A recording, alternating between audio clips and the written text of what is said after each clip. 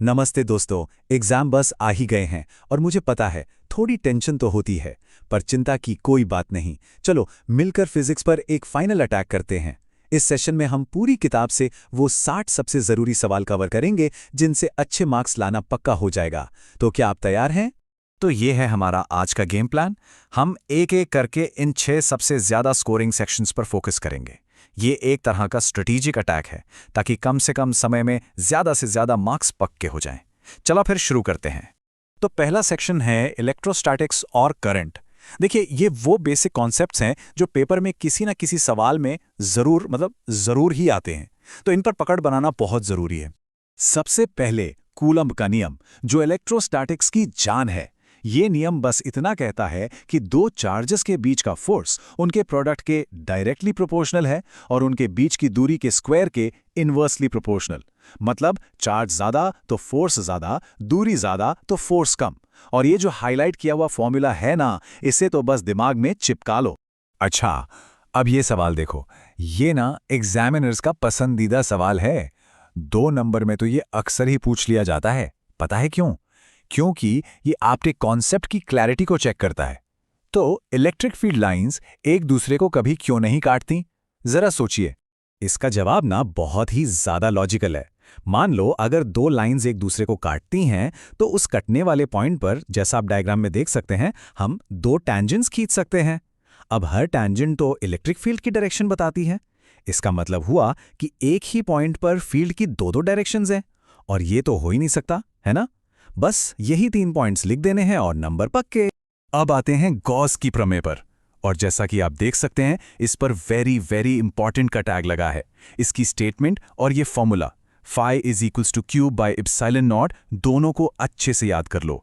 ये प्रमेय कहते हैं कि किसी भी बंद सरफेस से निकलने वाला टोटल इलेक्ट्रिक फ्लक्स उसके अंदर बंद टोटल चार्ज का 1/epsilon नॉट गुना होता है। ये कॉन्सेप्ट बड़े बड़े सवालों को आसान बना देता है। चलिए अब अगले टॉपिक पर चलते हैं, मैग्नेटिज्म और इंडक्शन। यह भी एक बहुत जरूरी चैप्टर है।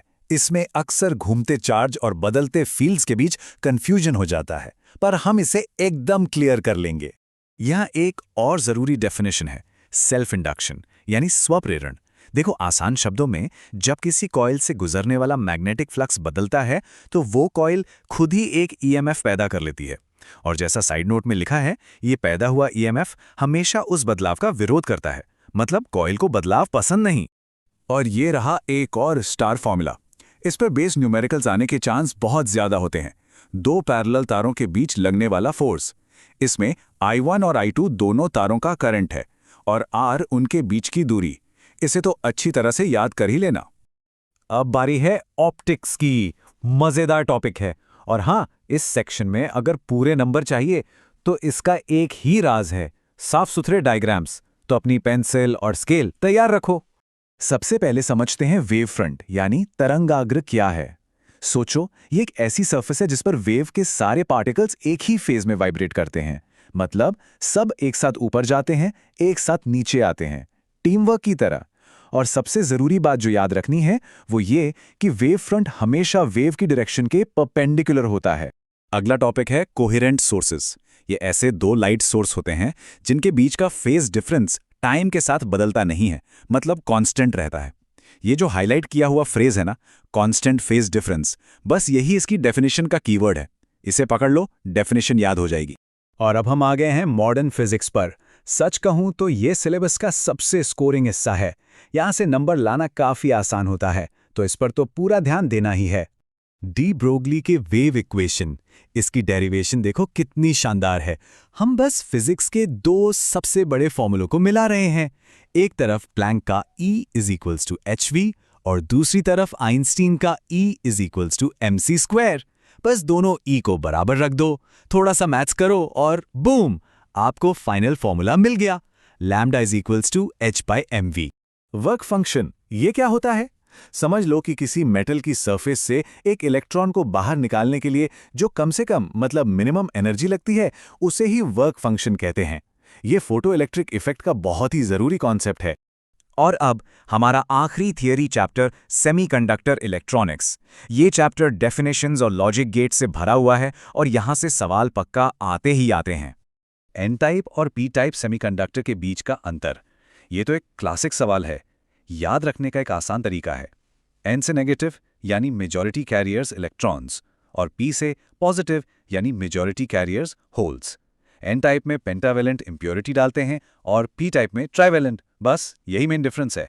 ये है फॉरवर्ड बायस्ड पीएन जंक्शन का डायग्राम। अब इसका कनेक्शन याद रखना बहुत सिंपल है। जैसा कैप्शन में लिखा है, पी को बैटरी के पॉजिटिव से जोड़ो और एन को नेगेटिव से। बस P to P, N to N. इसमें तो कोई गलती होनी नहीं चाहिए। ठीक है, थ्योरी तो बहुत हो गई। अब चलो फॉर्मूलों को एक्शन में लाते हैं और कुछ न्यूमेरिकल्स सॉल्व करते हैं। और याद रखना, न्यूमेरिकल्स में स्टेप्स के भी मार्क्स मिलते हैं, तो हर स्टेप को साफ साफ दिखाना बहुत जरूरी है।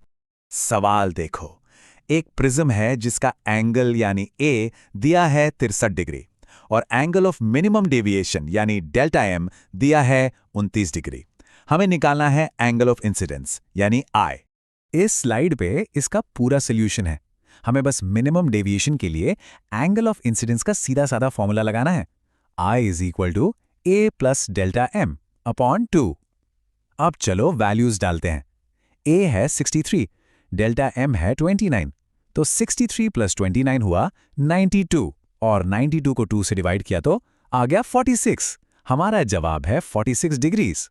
और हाँ, ये डिग्री का साइन लगाना मत भूलना, इसके भी नंबर कट जाते हैं। तो हमारी रिवीजन यहाँ पूरी होती है। जाने से पहले कुछ फाइनल एग्जाम टिप्स। जितने भी फॉर्मूले हमने सर्कल किए हैं उन्हें अच्छे से याद कर लो।